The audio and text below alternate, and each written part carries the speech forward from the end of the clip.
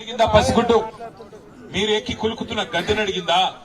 మీరు పోగు చేసుకుంటున్న మూటల ముళ్ళు అడిగిందా? అడిగింది మల్లన్న దర్శనం.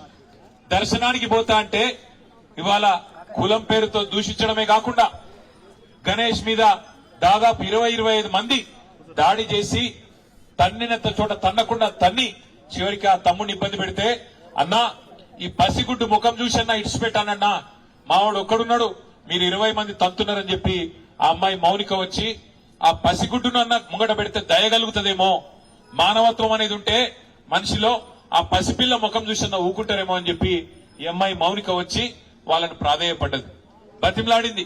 అన్నా వదిలిపెట్టండి అన్నా, చచ్చిపోతాడన్నా, కొట్టకండి అన్నా, పసిగుడ్డు ముఖం చూసి తండ్రిని వదిలిపెట్టండి అన్నా అని అడిగితే, దుర్మార్గుడు మానవ మృగం లాంటి మనిషి వాడెవడో చెత్తనా కొడుకు, వాడు కాలితో తంతే ఆ పాపని, ఇవాళ పాప చనిపోయింది.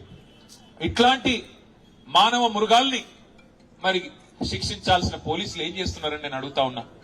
మరి మౌనిక పోయి గణేష్ పోయి మా బిడ్డ మీద దాడి జరిగింది, మా మీద దాడి జరిగింది, దయచేసి కంప్లైంట్ తీసుకోండి అంటే, లేదు లేదు మీరు సరిగ్గా రాసియలేదంటాడట.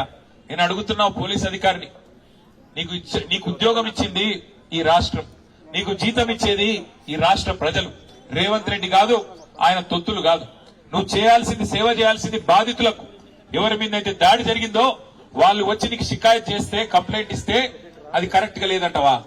సుమోటోగా తీసుకోవాలి. నువ్వు తప్పు జరిగితే సుమోటో తీసుకోవాలి. సుమోటో అంటే నీ అంచట నీవే స్వచ్ఛందంగా తీసుకోవాలి.